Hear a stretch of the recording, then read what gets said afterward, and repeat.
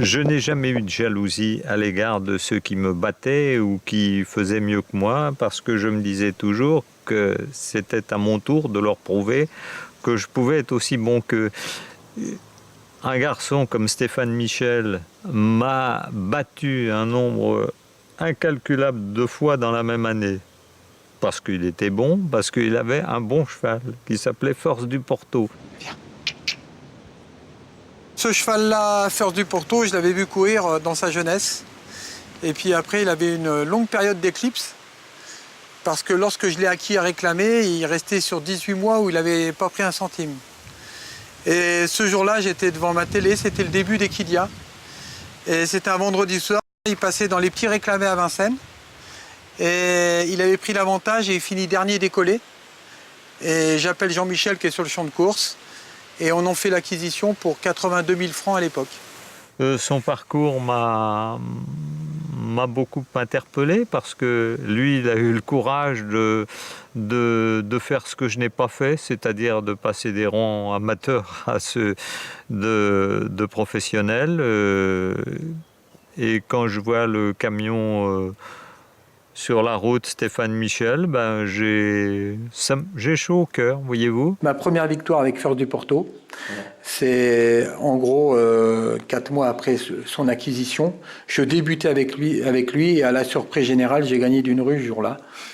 Et donc cette année-là, j'ai vécu un conte de fées avec ce petit cheval parce que j'ai enchaîné les victoires et à chaque fois avec une facilité déconcertante.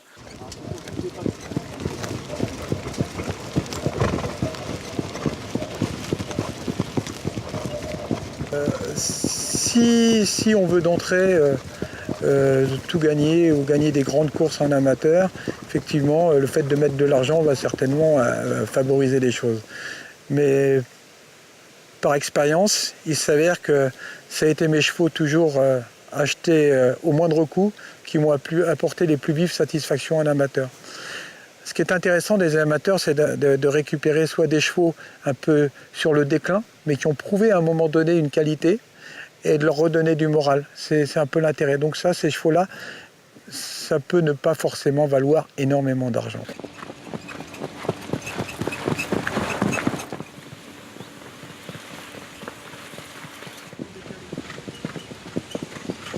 Là, on retrouve la victoire peut-être qui interprète le mieux le passage amateur-professionnel. J'arrête l'amateurisme le 31 décembre. Le 1er janvier, première course à Paris. Donc j'ai le statut de professionnel depuis une journée. On court la première course de l'année, c'était un quintet et on gagne. Donc ça, c'était un moment naturellement magique.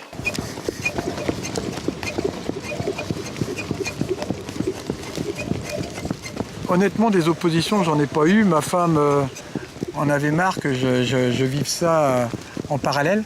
Ça devenait vraiment très contraignant au niveau familial. Donc c'était presque une délivrance de dire bah, t'arrêtes l'entreprise et puis tu bascules uniquement dans le cheval. Donc là, ça devenait un peu plus gérable. En ce moment, on est trois. Donc il y a Antoine, Justine, donc, qui est l'apprenti, et moi-même. C'est très sympa. Et ben, déjà, la semaine, de temps en temps, il y a des copains amateurs qui viennent trotter des chevaux.